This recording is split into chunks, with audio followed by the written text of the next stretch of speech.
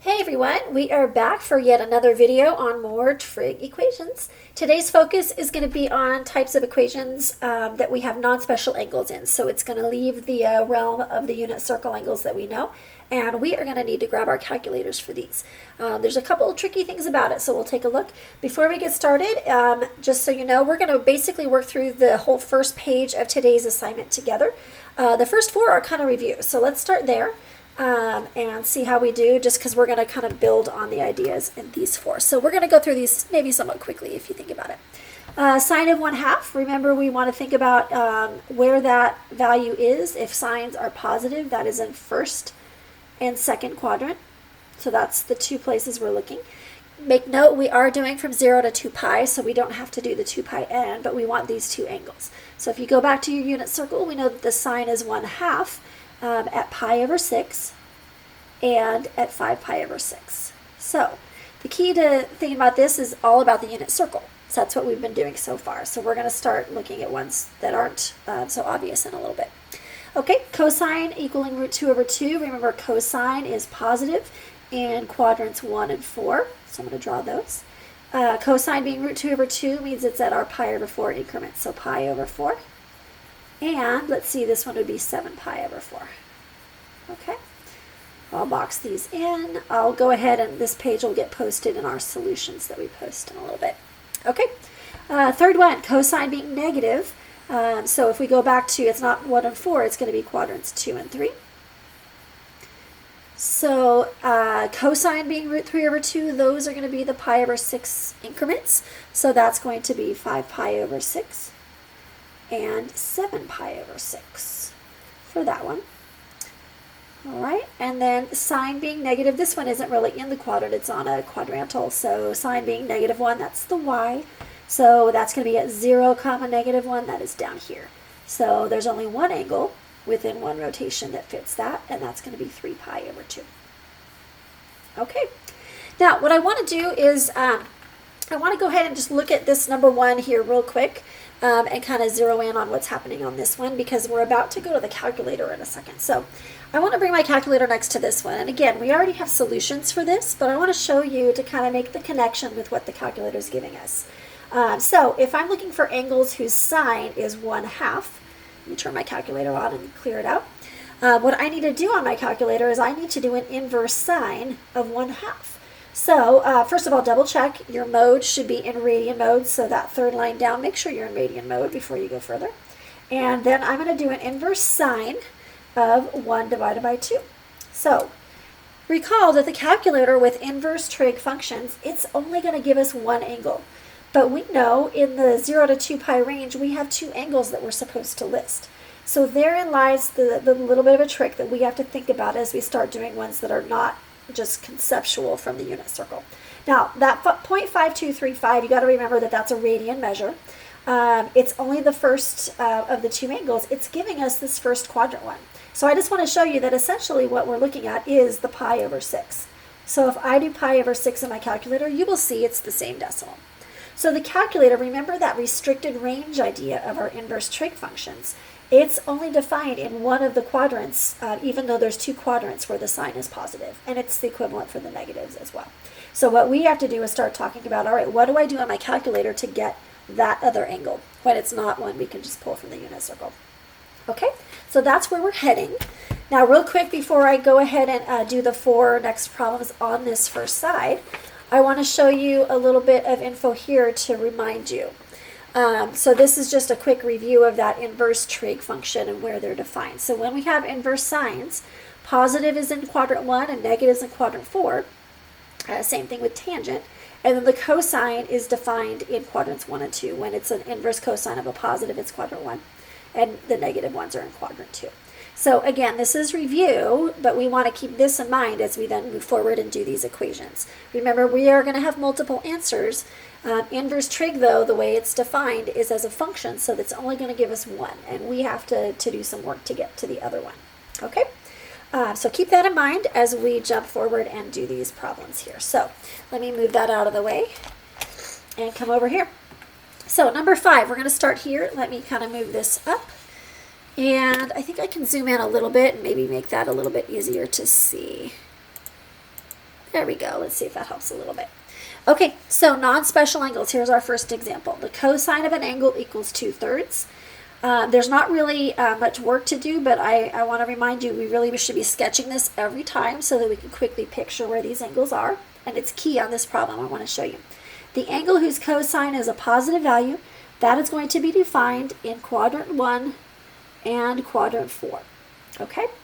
Now, when we grab our calculators, let me put this next to here. Let's see, I want to make sure you guys can read it. There we go. Be clear. When I do an inverse cosine of 2/3,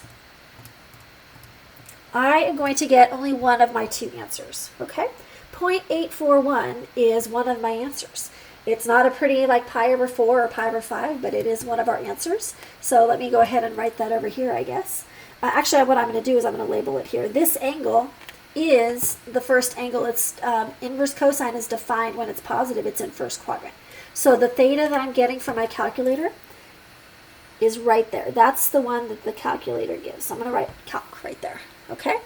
This angle right there, that is the one the calculator gives me, and that is 0.841.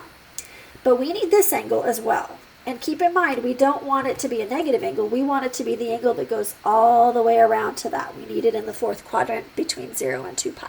Okay? So what I want to do, just because I think this visual might help, we've got to talk about what do we do on our calculator to get that angle. Now keep in mind, the one that they gave us is this angle right here. I'm going to kind of shade it in as green. Okay? So that little measurement right there, that's the angle the calculator just gave us.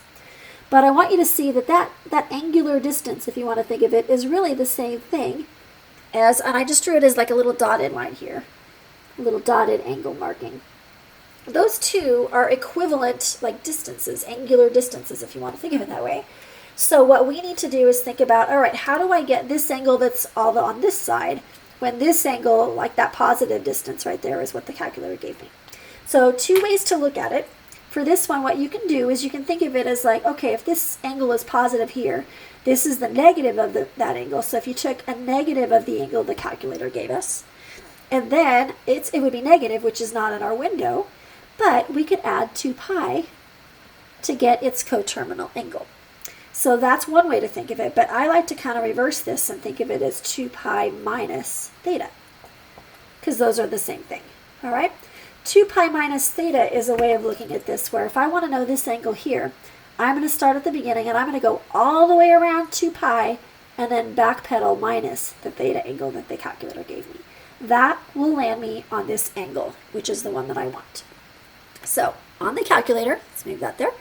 While this angle is still sitting in here, I do not round. We want to carry it through.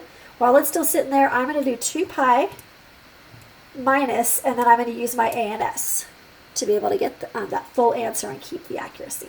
So my other angle here is 5.442. Okay, and those two are our answers. They're in radian form. They're not pretty in terms of pi because these are not on the unit circle. The cosine being 2/3 is not one we memorize, but it is a radian measure of an angle that has a cosine of 2/3. And here's something interesting just to show you so you kind of see that it works.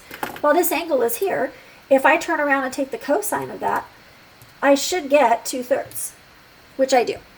Okay, I can actually hit math fraction and it'll give it to me as a beautiful fraction.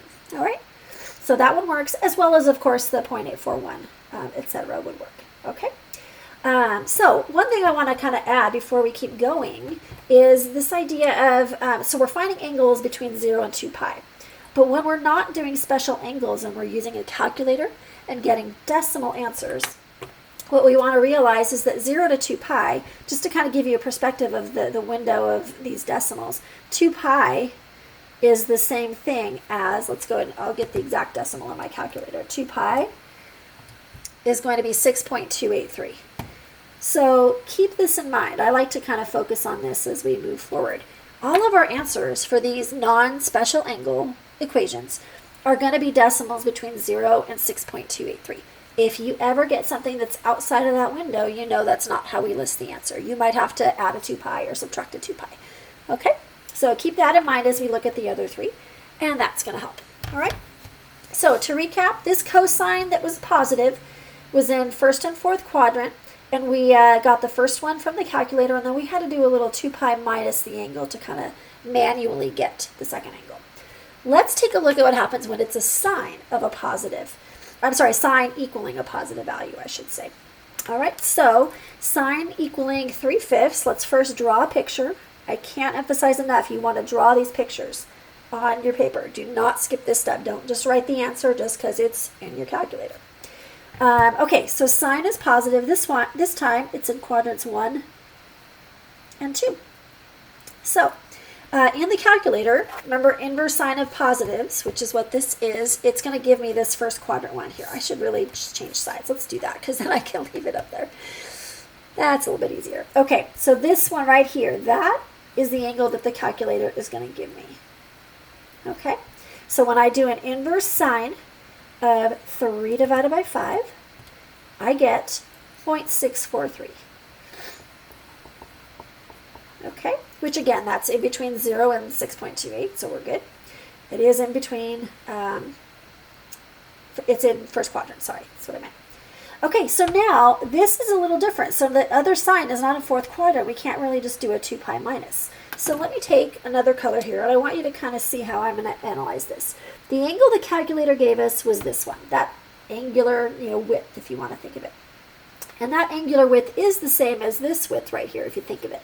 But it's not, like we can't just like put it over there without thinking about what we have to add or subtract. So how I like to look at this is if I'm trying to get to this location from the beginning to go right there, it's essentially the same thing as going all the way to the halfway mark and then backpedaling that same angular distance. So what we're going to do in this case is we're going to take, this other angle is going to be pi minus the angle the calculator gives us. That's going to go ahead and give us all the way to the halfway mark and then backpedal to that. So in my calculator, I'm going to do pi minus my answer, and that's going to be this one right here. And it equals 2.498. So let me just go ahead and write both of them kind of together as my final answer. These are the two angles within 0 to 2 pi that have a sine of 3/5. Oh, I'm so sorry. I need to keep looking. You guys didn't see that. There you go. Okay. Now, just really quick, I want to show you just to confirm that it's giving you the right answer. If I leave this decimal in there, this 2.498, and I go ahead and take a sine of that angle, I should get the 3/5, which 0.6 is the same as 3/5. Okay, so it works. All right, so I want you to notice, if you look at all four of these problems, I'm going to highlight the problems just so they kind of stand out because I'm starting to put work in here. With these four problems, we are basically doing one example of each type. A cosine equaling a positive, a sine equaling a positive. Now we're going to look at a cosine being negative and a sine being negative, just so you see all four cases. You can then use these to refer to as you continue doing others in the rest of the worksheet. Okay, let me scoot this over. I kind of like having the calculator on this side, so let's see here. Let me keep that right in the corner there, and I will put the problem right there. All right, so number 7. Cosine being negative. So the first thing we want to look at is cosine's negative in quadrants 2 and 3. So up here it was quadrants 1 and 4, but this one it's 2 and 3. Okay? Now, the calculator, if you think about, and let me actually just put this up here real quick. What I'm doing is I'm going back to this information here. The inverse cosine of a negative, that's what we're looking at here. It's going to give us the angle that's in quadrant 2. It's going to be this quadrant 2 one here. Okay? So it is one of our answers, but we're going to have to figure out how to get the other one. So this is our theta from the calculator. That's the one a calculator is going to give us. So in my calculator, I'm going to do inverse cosine of negative 1 divided by 4. And I get 1.823. Okay? Now, this angle right here, we've got to figure out what to do to get to that. So I want to go back and do a little bit of the kind of marking the angles and see if you guys can see what's happening on this one. So the angle that the calculator gave us starts at 0 and it goes to there. That's the angle 1.823. All right? That is the same if you look at it on the opposite side down here. Those are the same sort of angular distance if you want to think of it. But what we don't need that negative angle. I mean, it kind of is the same as the negative angle, but we want it to be a positive angle. We need it to start here and go all the way around to there. So what we can do is we can actually make the angle negative and then add 2 pi, or we can actually go all the way around to 2 pi and then subtract the angle. But guess what? It is the exact same thing that we did up here. So it doesn't change whether it's a positive or a negative for the cosine theta equations. The 2 pi minus theta is kind of what we do in both cases. So for this angle right here, this is 2 pi minus the calculator answer, and that will give me my other answer.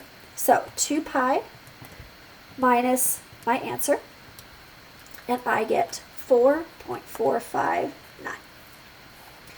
And I always like on these just to, I mean, I can put the first one in, but it's not very exciting. But this second one, just to make sure you did the right math, go ahead and take the cosine of that and just make sure that you get back to what you started with. That is a negative 1/4. Okay?